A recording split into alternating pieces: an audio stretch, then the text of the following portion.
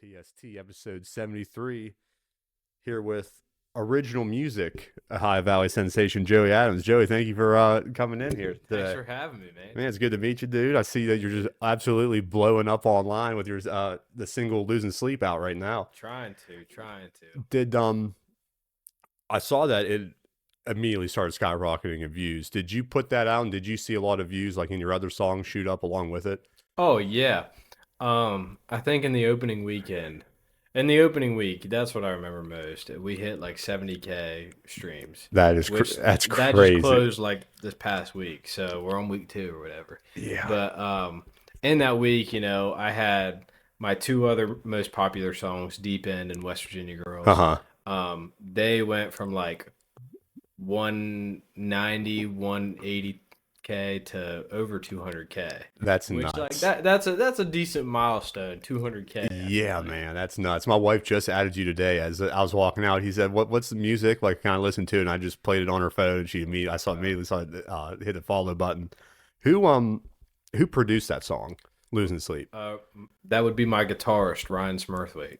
Oh, he did it. Yeah. Oh, wow. So Ryan and I, we go way back. We met my freshman year at West Liberty. I was a freshman, he was a senior, and we met. We played like one little show on the quad together, like just acoustic. Wow. And then we really we kept in touch a little bit here and there. And then COVID hit. I'd been stuck inside writing songs. Before COVID, I'd played a couple bar shows, like solo, like nothing crazy. And COVID hit, and we met up for lunch, and we were like, hey, like let's do something together. So then we put out an EP, and that was the As Good As It Gets EP. And looking back, that was a mistake because I've learned, and it's like you want to put out your worst song first because it's going to end up being terrible. Because not to say it's terrible on my part. The writing was immature, and it just everybody. Everybody. It wasn't where it was at. Yeah, that's how it is with everybody. Like you look at all of the big artists. You don't want to listen to their first cut. Right, they don't want to listen to it either. Yeah, they don't want to listen to it either. Yeah. So, we put out the EP, and there's some songs on there that are still special to him, me, and other people too. I mean, I know a few people there was a song on the first EP called Coke and Whiskey. And that has been like a first dance for some people at their weddings. Yeah. And then we put out a second EP, which did a little bit better. We play a couple of the songs from that still. We might revisit them later on. Yeah. And then we took a little bit of hiatus for a couple months and released another single. A little bit more of a hiatus.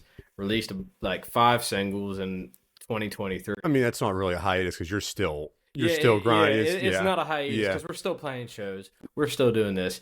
It was more so like, hey, we don't have the time to record because we're playing these little bar shows. Yeah, I mean, because there's some artists in the area that when they go on a hiatus, you don't hear from them for like a quarter or like a whole summer, nothing. Or it's like they're on hiatus for like 5 years. Yeah, I mean we weren't on anything. It was like a couple months. Yeah, and they come back and demand to be treated the way they did when they left, which is super odd. Right. Yeah. But so and then we put out 5 singles, and that would be like West Virginia Girls, Deep End. Okay. Those ones, they did great. So on West Virginia Girls, we got Philip Bowen on the fiddle for that one. He featured on it, which we were very grateful for.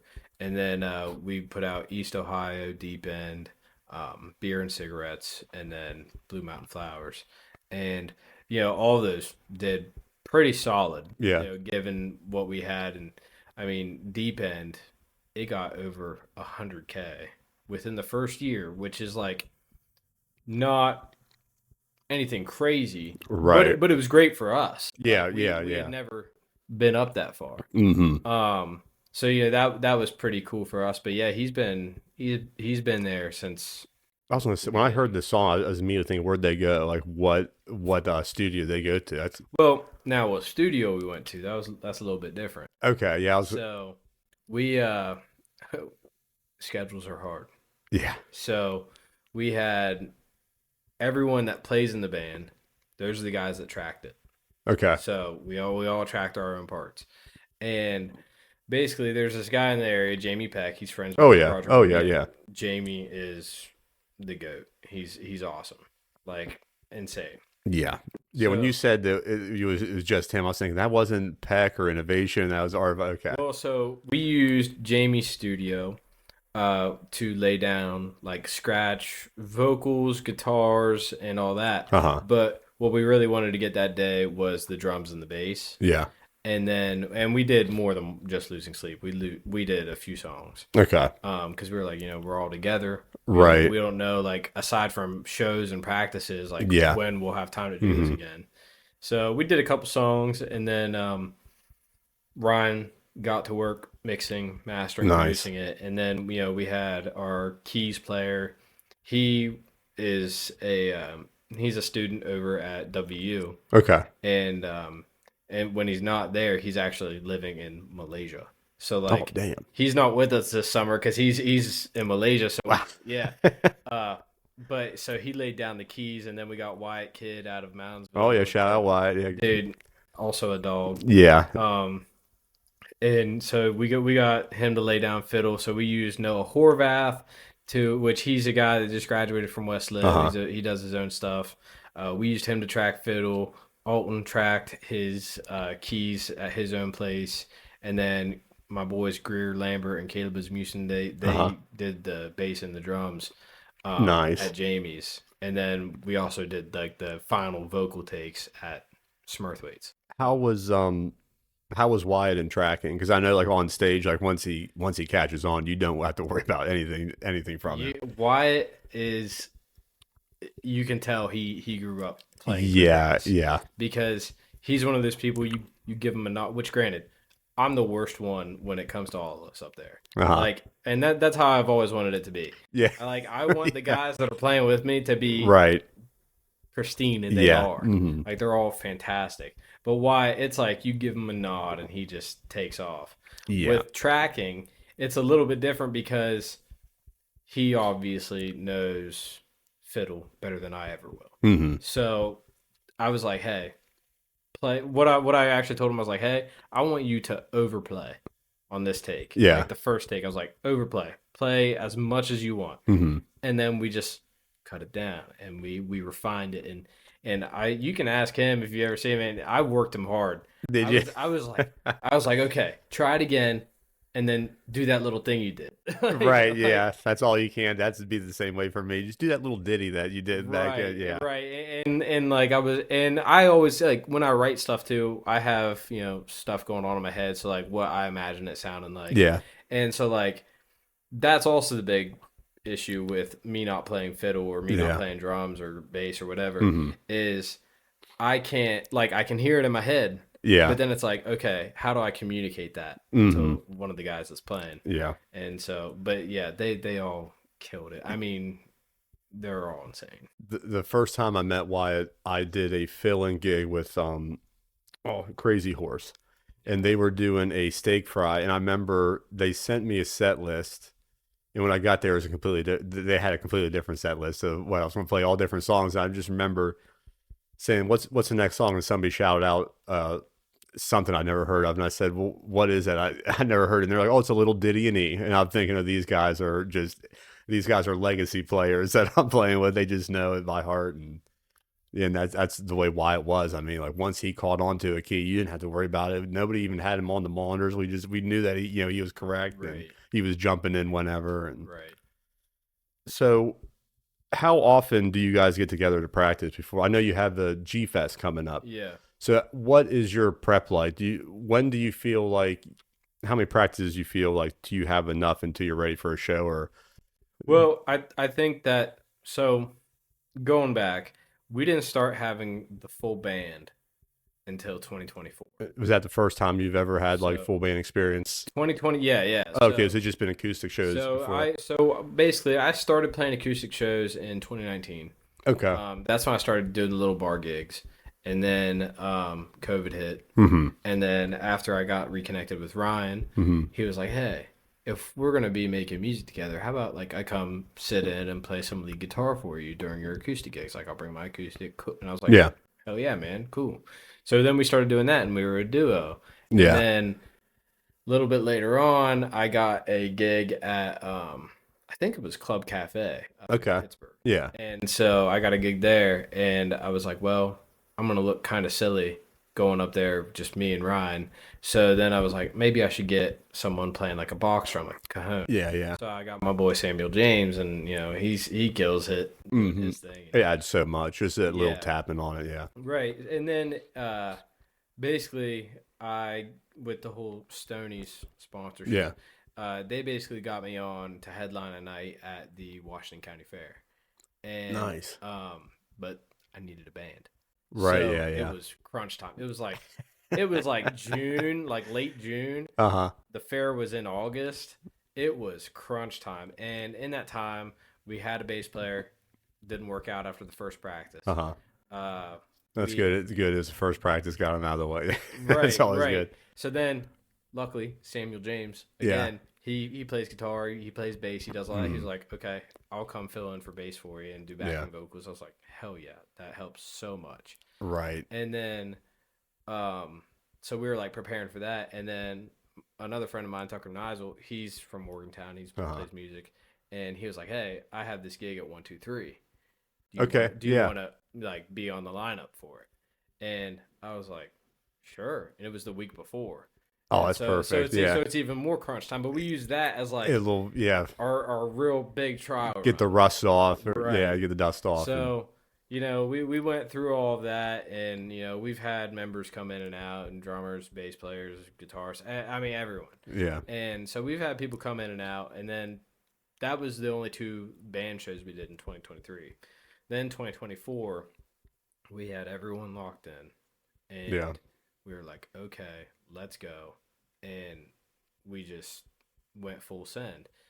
It kind of bit us in the ass because we played a bunch of full band shows, and I remember Ryan saying something to me in like May or June, and he was like, hey, are we gonna put out more music anytime soon? Yeah. And I was like, I don't know, man. Like, I'm just really like having fun playing these live shows. Right. Obviously I Yeah. want to put out new music, but I'm really like I'm caught up in these live shows. Yeah. And then once November hit, and I was like, okay, like we've been hitting it hard for the year. Let's go ahead and like everyone enjoy the holidays. Yeah. So that, and then it was like, okay, it's game time. Nice. Like Nice. let's get back in the studio. Let's get back to releasing stuff. Let's have a Mhm. plan. When you're writing the music, is it like just like a bunch of ideas that you have while you're like out and performing, like culminating at once, or do you have to like give yourself a certain amount of time at night where that's all you're thinking about, like you're locked in? It honestly just depends. Um, in terms of inspiration, I get that everywhere. Yeah. So, shower, grocery store, Hmm. gym, wherever Yeah. work, that comes whenever. And I do my best to try and like write it down or something, Yeah. just so I don't forget. Hmm. And that can be anything but behind like or between like a topic or an actual like lyric or a line or two. Hmm. I do try and like set time aside. Like I have like a music room in my house, and Yeah. so I set time aside and I go in there and I just I'll write or I'll jam on something that I wrote a while ago, or I'll jam on something I like currently that someone else put out. Yeah. And if I'm not jamming on something like that, then I definitely am like trying to write something. Hmm. And sometimes it can take 30 minutes. Sometimes I'll have a song idea and I'll write like a couple words and then I won't touch it for a year and then I'll come back to it. Yeah. Something in your life just clicks to add to Right, it. And it clicks. has there been a song that you had out that was more of like your passion project that you thought like, why isn't this like the most trending one? Why don't I have the most like views on this one? Something that hits closer to home, but like you see like another song go out maybe because it's more commercial. Yeah, I mean, honestly, two of them. One would be Blue Mountain Flowers. Okay. That's a song I put out last before I put out Losing Sleep. And I remember I put it out. It was like the beginning of December, Hmm. and which was a bad time to be putting out music Right. anyway. So, but on top of that, it was just me. It was like my vocals, acoustic guitar, fiddle, a little bit of mandolin in the back. Yeah. And at the time, I was like, man, like I really thought this would be the song to like kind of like it's really like heartfelt, whatever. I Yeah. really like the writing I did on it. But then looking back, I was so caught up in the whole like, let's keep it stripped down, let's do this. And looking back, I'm like, that's boring. Yeah. Like Yeah. if I would have had drums, bass, something, fiddle and like more fiddle in there, like something like that, Yeah. I think it would have done a lot better. But Hmm. still, it's not the type of song I think that you release as a single. Yeah. Another one would be the one before, a couple before that would be East Ohio, Okay. which is kind of a sleeper for us. Um, we released it. I want to say it was in April, and that was a song that like when I was writing it, I was like bawling my eyes out. I Yeah. was like, man, like, cause I was having a bad time. I was living in downtown Wheeling, which Yeah. and it was not like I was living in downtown Wheeling. I could hear the cars going by every minute of the day. I heard Yeah. the fire trucks and like people yelling out on the street. It was cold out. I was homesick, Yeah. and I'm from like the Zanesville area. I'm Okay. from Crooksville, Okay. so I was like, I was writing down all these feelings and thoughts that I had, and then I wrote like the tagline, East Ohio, and that was something I thought, man, I'm gonna put this out, and at the time, I really didn't care if it did well or not. I was Yeah. like, this is something I like, and I want to put it out. Hmm. And that is one that's also very stripped down. But the reason I say it's a sleeper is because it didn't get a lot of like popularity Yeah. initially, Hmm. but it is like the song I end every show with right now, Yeah. and everyone is singing along. Like last show, like people were singing along, people were crying, and like it was really cool. So like that's why I say it's like a sleeper. Like that is Yeah. It's weird how like the algorithm will work because you'll have like the commercially successful like losing sleep that like check all the boxes, but you have something like East High that's going to sell the shirts because that's a song that's going to mean something to somebody.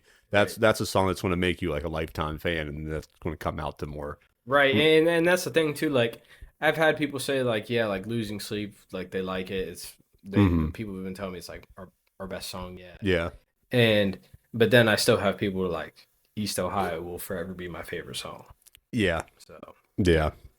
And probably just deep down your favorite song too. And oh, absolutely. yeah, just because it just hits so close to home, and like down the road, it's probably going to show in the success of like your music because it just seems like whether you're doing comedy, music, any form of entertainment, the one that's just the most like self hitting to yourself, the one that means the most is usually the one that just stands that test of time and kind of brings the fans in. Absolutely. So G Fest, we got you, Gage, and North to north Nashville. to Nashville. Yeah. That's gonna be a banger show. Yeah. Gage is kicking it off, and then it'll be me and the boys, and then North to Nashville's coming. I haven't seen North to Nashville. I haven't even met them yet. How many Uh, pieces in your band? Depends on the day. But how many bring to G Fest? Because I know So Gage brings a big one too. yeah, so it'll be a 5 piece band including me. Nice, nice. Which we never go any less than a 5 piece. Okay. So it's either a 5 piece or 6 piece.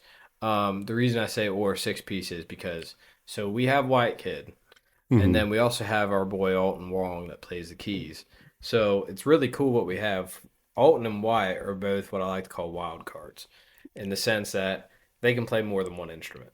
Yeah. So Alton can play keys and fiddle, whereas Wyatt can play fiddle, guitar, Guitar, yeah, banjo, banjo. mandolin, whatever. Hmm. So I like to have that up there if we can, because then it's like, okay, what if we want to have keys and fiddle on a song? Or what if we want to have two fiddles or fiddle and banjo? Yeah. We can kind of flip it around, Hmm. and we haven't gotten to experiment with that a whole lot yet Yeah. because, sometimes Alton will be gone. Like right now, like he's back home. Right. So, he's back home. So Wyatt will be there playing fiddle, and we haven't really gotten to experiment with that a whole lot yet. Hmm. Um, but that's something that we really are enjoying about Yeah. it. But Hello, everybody. This is Eric Richards with the Road to Riches podcast. Please tune in every week. Subscribe to the channel for everything real estate and creative financing, as well as new ways to learn from titans of industry. If you are looking to change your life and be better, this is the podcast for you. Road to Riches podcast. Thank you. Now, is Wyatt playing double duty that night? Is he nice? Nice, yeah. nice, He'll be there with Gage, and then he'll be coming right back up with us. nice. Yeah, I mean, depending on the way the set list goes, like he can pick and choose some of the songs that comes in. Because I know, like, when sometimes we'd be playing songs, I can just see him just like picking one string, just smiling, looking over and winking at me. I'm like, okay, you're taking a break on this one. Yeah. But then you pop into like Devil Went Down Georgia, the next song, and then he's back on front stage and just ripping it. Right. And we'll be bringing up some people too. Like that's something that I really like to do at shows because I'm very grateful that a lot of the local musicians in the area they come to our shows. So and I'm friends with a good bit of them. Yeah. So like Gage is playing before us. We'll probably bring Gage up for a song. Yeah. And like Libby Adams, she just tracked backing vocals, which there's no relation there by the way. Oh, okay. Zero okay. relation. Zero relation. That's good. Cleared that up. But she just did backing vocals on the next song that we're going to release later this month, and so if she's there, I'll bring her up. Right. I'll bring someone else up. Like it's what we like to do. We like to have fun with it. We like sometimes I'll bring someone up from the audience and just have That's cool. them rock out. So yeah, two songwriters, which is rare in the High Valley anyway, named Adams, but no relation. That's crazy. Mm-hmm. Yeah, and we've like talked about songwriting stuff, and like I want to help her get to where she wants to be. Yeah. So like I want to bring her on more projects, and like if she can come play more shows, because every time she's opened a show for us, she's absolutely killed it. Yeah.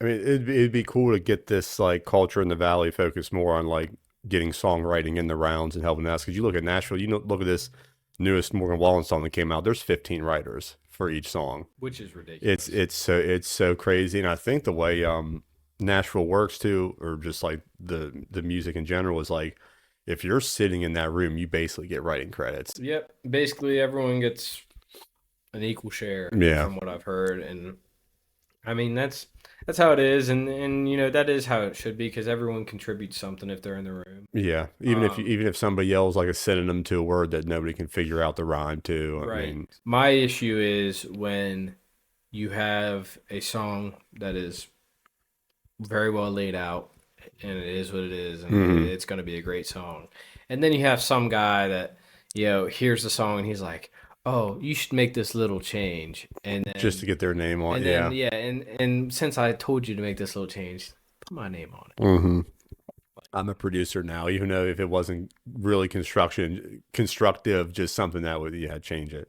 I saw a story. It's the Morgan Wallen song. I Had Some Help, where he did. I saw that they had a writer's room. And they involved, I think it was Tower Childers. He kind of walked in, looked around to see how the writing process was, and just walked right out. He's like, I'm not participating in this. Well, and that's the thing. Like, I've done co-writes and everything. And like, sometimes, like, me and some other songwriters will get together, and we'll, scratch our heads and just jam out and maybe try and write a song or two. But I mean, once you start to try and commercialize it, and you're trying to do this, you're trying to do that. I mean, one of my favorite things, and I'll be paraphrasing here, but Jack Ingram, he's one of the best songwriters ever. He said in like this Acoustic Motel album that he put out one time that everything changes once someone buys you that first beer for playing one of your songs. Yeah, because then you're not writing your songs for you. Yeah. You're writing your songs for the next free beer or for the money or for this. Yeah. And that's, I feel like once you start doing like the very commercialized like songwriters rounds, which sometimes they can be good because it is good to collaborate with people. It's good to get other viewpoints. Yeah. But then, you get too many and you get songs like Miami with Morgan Wallen. Yeah. It turns into like, instead of sitting down and be like, here's a song that really hits close to home, I'm putting my heart and soul out, it turns into, Morgan Wallen and Ernest going like, what is the algorithm? What is the best possible hook we can do that sells the most? And right. And that's saying something too, because you look at Ernest, Hardy, Morgan Wallen. they're great songwriters. Yeah. They're fantastic. But are you writing for you? Or are you writing for everyone else? Mm-hmm. I mean, that's the thing. Yeah, I remember like when I was coming up, like before COVID, like I just remember like when Brantley Gilbert would come out when he was bursting onto the scene, you look him up and be like, oh, he's now gained popularity, but he has 15 number ones. One was Luke Bryan, one was like Jason Aldean that you never heard of. He just decided this is when I'm gonna start putting songs on my name, and it's just funny just to think about what goes on in those co-write rooms. When I had a lot of fun when we went down Nashville, just in the rounds where like say you would start performing your original, and then what I could do is just add a lick or add like a little ditty of like notes because I'm sitting in with somebody else. That's pretty cool because you can kind of pick up on what everybody else has to add. But yeah, sitting there and writing Miami and stuff like that. That's something that like me and Samuel James, like whenever we do write together, like that's something we do. Yeah. Like we'll kind of do like what we always call show and tell. Yeah. So like I'll show him something, and I'm not great at guitar. I'm pretty ass at it. You know? like I can play a couple licks and I can play chords, whatever. But Sam is much better than me. So like I'll be showing him a song, and then he'll just start tearing something up and adding some harmonies or whatever, and it really works. It's cool when you start branching out, playing with like the full band people, because like there's some people, and I like to try and include myself in here, but if you tell me a key, I'll give you something. If like you guys start playing, I know it's in E major, I'll give you something by the end of like 30 seconds or so. I'm not there yet. You'll get there. It's not there. There's a lot of different shortcuts and stuff you learn as you go that kind of ties it all in. But also, I mean, my whole thing is like, and I do want to get to that point, and I've really been practicing a lot of like my lead picking and all that. But also, I'm a front man, so I gotta sing and play rhythm, and then shotgun a beer. Yeah, I mean, and from what I've noticed, like in your hand positions in the pictures, you're not just playing that 6-string bass note cheat. When you're doing the rhythm, you're playing the full chords. I'm not that bad. Right. I'm not that bad. I can play bar chords and everything. I can play a couple licks and all that. But yeah.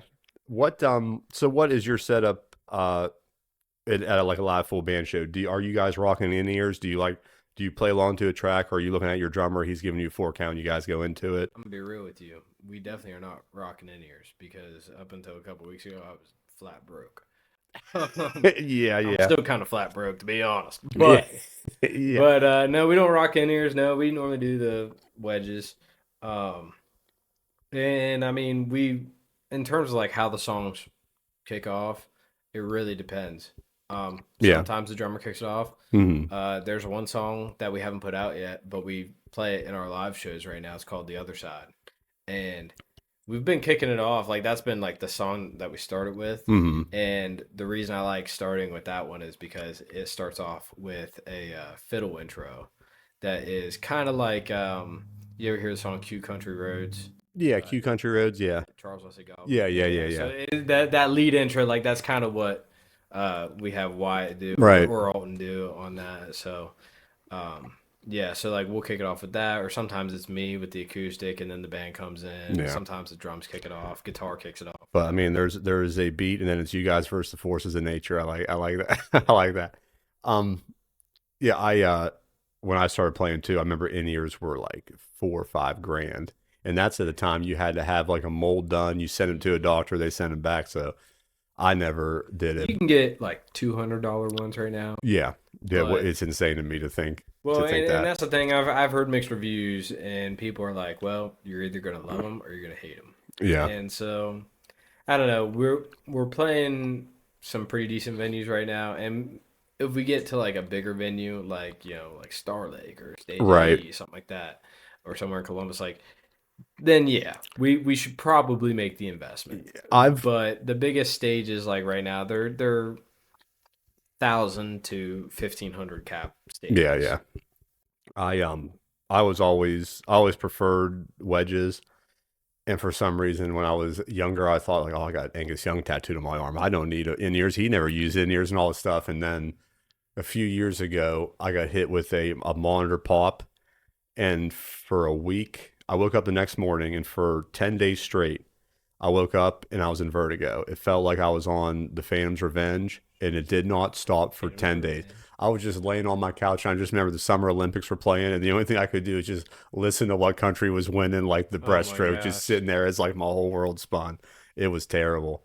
And I was like, man, looking back at all the times like a monitor like squealed on me and thinking like all the times my ear kind of recoiled. Hmm. But Oh yeah, I mean you'll have those shows too. Like I don't know, something I've always personally prided myself in is that I have pretty good hearing. yeah, And there's this some shows where it's like I hear nothing but ringing for like the yeah, next day. yeah, And you know, normally I'm like, yeah, that was a pretty good show. There's also a headache that accompanies that, but it's not from the sound. It's right, yeah, yeah.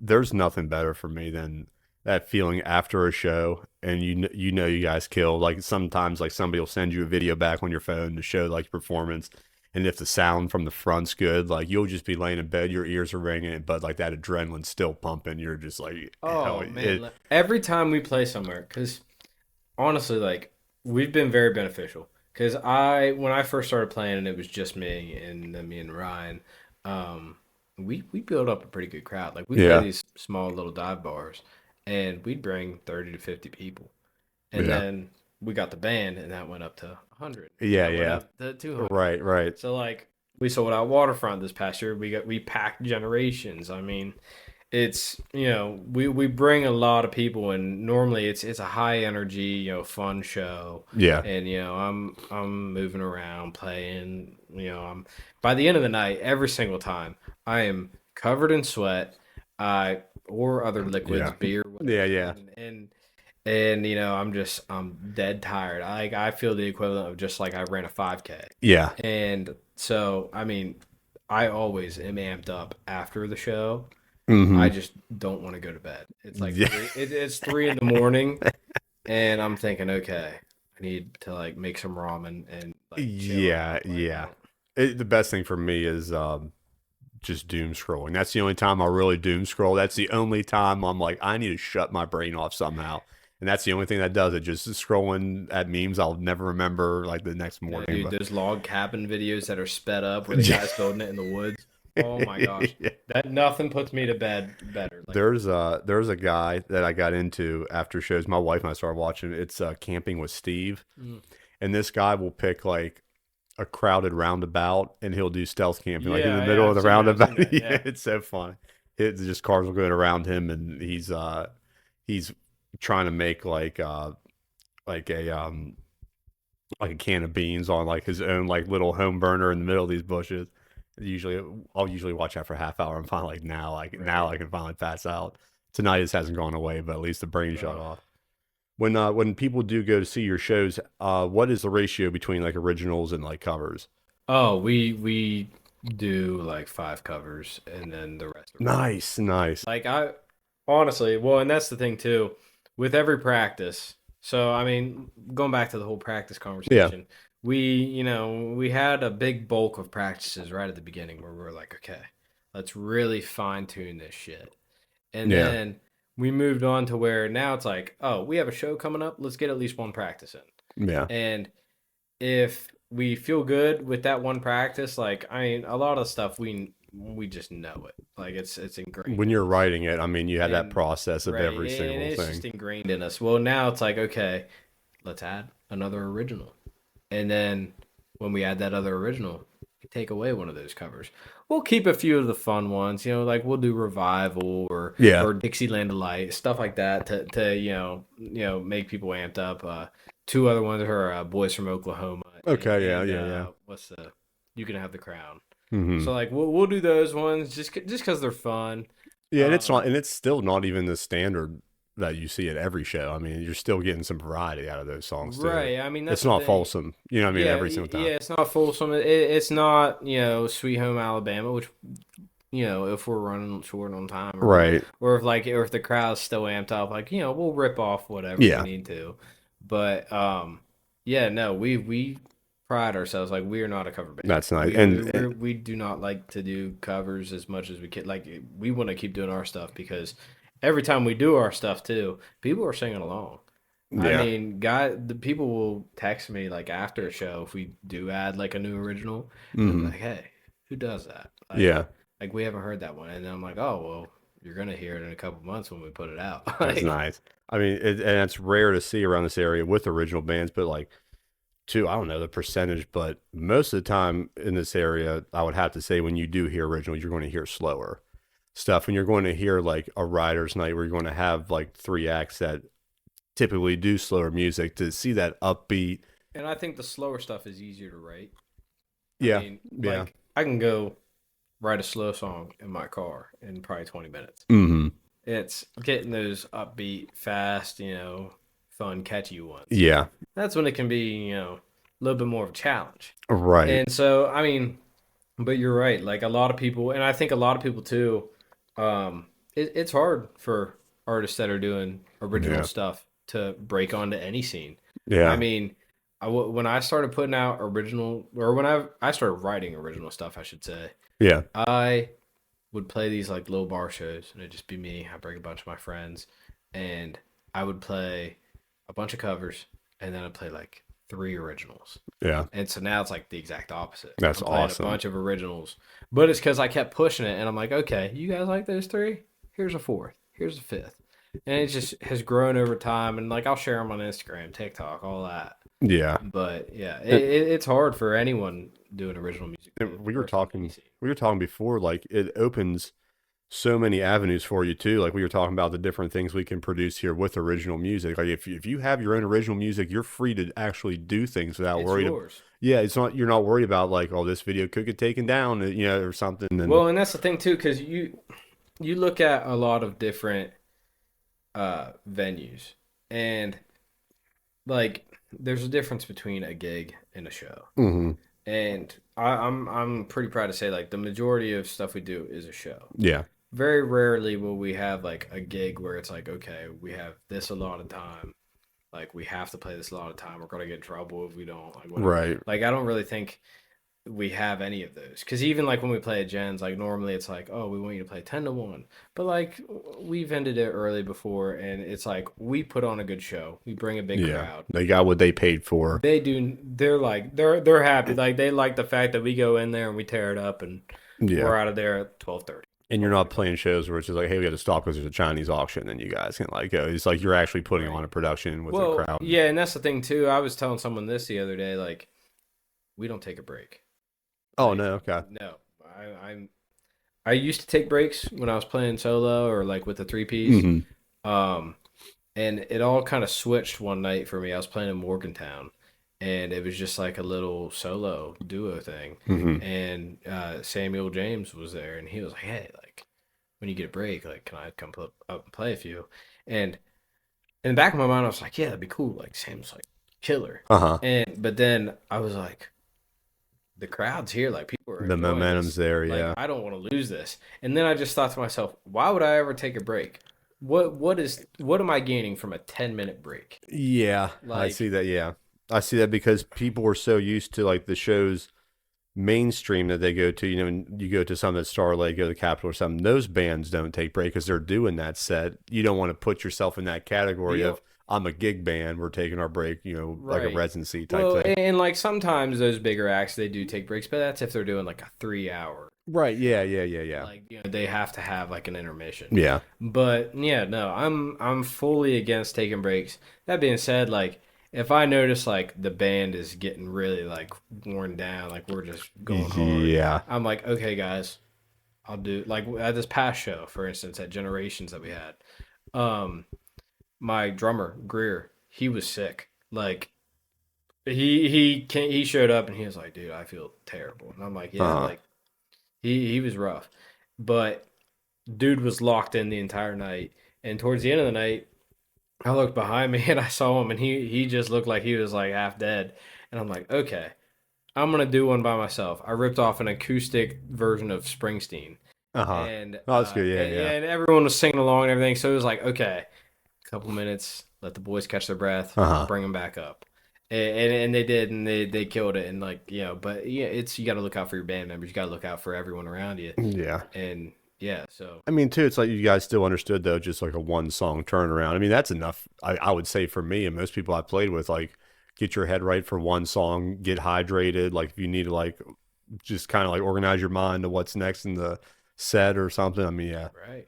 yeah, but like you said, like 10, 15 minutes. I've never that's a momentum killer right there. If it's over a couple There's no minutes. need for that, and honestly, I'm a big critique Uh huh. when it comes to uh looking at other bands and everything. Like Yeah. that's the thing. I'm not having an iPad or a phone Yeah. up there with me. If I can't remember it, I shouldn't be playing it. Hmm. Like that's and there's times like we'll be playing a song and I will forget the words and I will admit to the audience, hey, I forget the words and maybe I'll bring someone up and they'll sing it, whatever. Yeah. But I hate it whenever I see like an act and they're like playing with a full band and like it's a big crowd or something and then it's like, oh, you have an iPad right Yeah. there. I think a lot of times too, it's just like there's a lot of members that they either play with so many multiple bands or they're so used to just being in the gig life that like they're just going to bring up their charts and like read Well, this. and that's the thing too is like gigging versus shows. The Right. gig Yeah. Yeah. life is addicting Hmm. because while you're not get I mean they're both addicting, but like shows, it's like okay, it is your show. You're Hmm. bringing people there. People are hooked on what you're doing. Yeah. That's addicting in and of itself, Hmm. and that is the best feeling ever. Yeah. I mean, it's awesome. The gigs, the way the gig life is so appealing is that it's easier. Hmm. You can book a show every week if you want. You can book multiple week every Yeah. week. It's steady pay. Like I know multiple people. That is what they do. Yeah. Like they gig and they gig all over West Virginia, Ohio, Hmm. Tennessee, Kentucky, whatever. And that's what they do. That's how they make a living. They'll play 3 or 4 shows a week, and they'll make over $1,000 a Yeah. week. But you know, at some point, like that was something too. Whenever I went from playing these little bar gigs to playing like the bigger shows with the band, Right. I was like, okay, if I'm going to be doing these bigger shows at these bigger venues with the band, I can't be doing the little bar gigs Yeah. acoustic.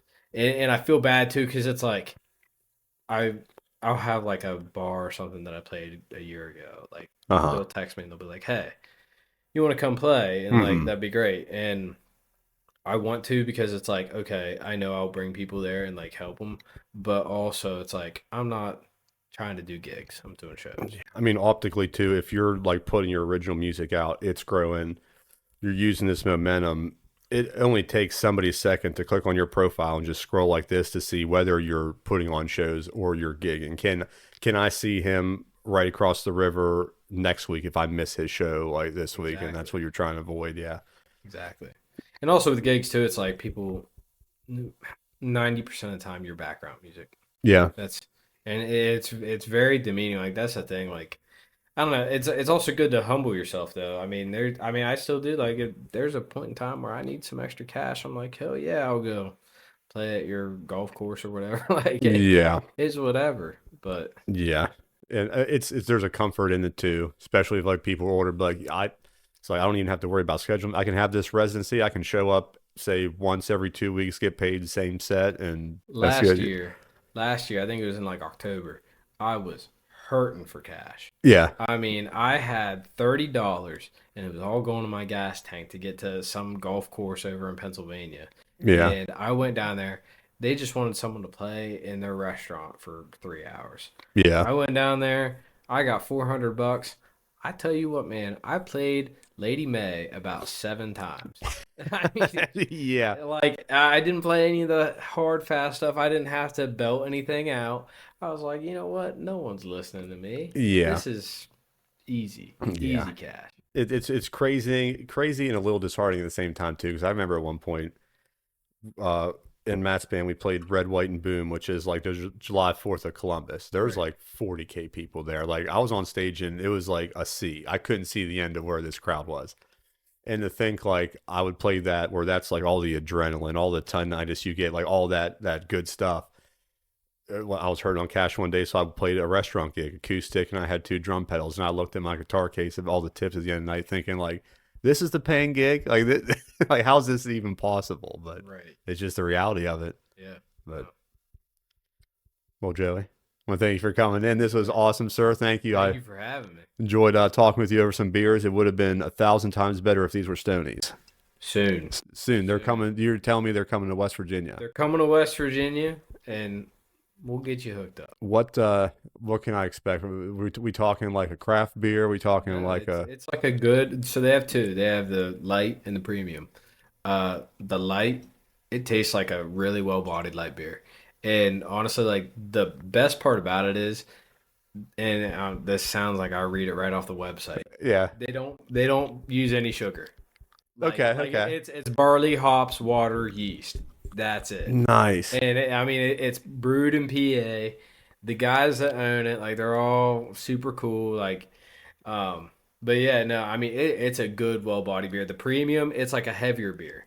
But like the light, like I tell you what, man, my favorite thing to do, I'll get like a bunch of the light bottles. I'll drop a lime in there. That's my favorite. Yeah. I'll sit on the back porch. It tastes better than a lime and a Corona. Really? See, that's when it's selling. I swear. See, I'm the biggest Yingling guy. I feel like the way you're describing this, I was going to say the way you're describing, I think I'm going to have to flip honestly, to Stoney's. No, like the Yingling and the premium, not too far apart. Yingling Light and the Stoney's Light, also not too far. Like both, you can tell they're both solid PA beers. Check out Stoney beer. Yeah, and when did they pick you up? When did you start? So rolling with them. That was in, I think, 2020. Make this whole thing an ad for them. Clip it up, send it. Well, no, it is kind of a fun story, honestly. Okay. So it was like, I think it was like 2022 and maybe 21. But they used to sponsor a $1 draft night at the Washington Wild Things game. Oh, okay. And so you go in, you get $1 16-ounce draft of beer, and me and my buddies were like, okay, yeah, we don't care if the Wild Things are good or not. Right. Dollar beers are dollar beers. So we went. I drank like 20 of them. And I was getting hammered. I was yelling at the players. I was yelling at the umpires, and I was yelling at the Wild Things mascot. I kept calling him Washy. And so we were drinking. Me and all my friends, we were drinking, and we were like, okay, let's take these cups and make a big pyramid in the bleachers. So we started doing it. It was a huge pyramid, and they took a picture of it and they posted it on their page, and I shared it, and Stoney's saw it, and they like slid up on my Instagram story or whatever, and they said, hey, this is pretty cool, like, good job. That's awesome. And I said, hey, thanks, I do music too. And they said, like, the Stoney's person, whoever it was behind that, I know him now. He was like, okay, like, we'll talk. Maybe I'll hit you in a few days, whatever. And then a couple nights later, I get a DM from Stoney. That's awesome. From the Stoney's account. This is the best part. He goes, all right, I'm not going to lie, I'm pretty drunk right now. So I'm thinking, let's see what kid can do. And then he sent me some merch, he sent me some beer, and I'm like, okay. And then it's turned into this, long partnership where, I mean, man, honestly, they're a great company, great people, nice, and great beer. I mean, I'll try it out. I'll try it out. That might get me away from Yingling. Hey, I will hand deliver some. I swear. All right. It'd be a good product placement. See if we just had a couple growlers, sixers right here. All right, Joey. We'll get you in here soon again for a live performance. Everybody check out his single, Losing Sleep. G-Fest coming up is at 22nd? 21st. 21st, yeah. Check out G-Fest at Generations on the 21st. Gage Joseph, Joey Adams Band, and North to Nashville coming up.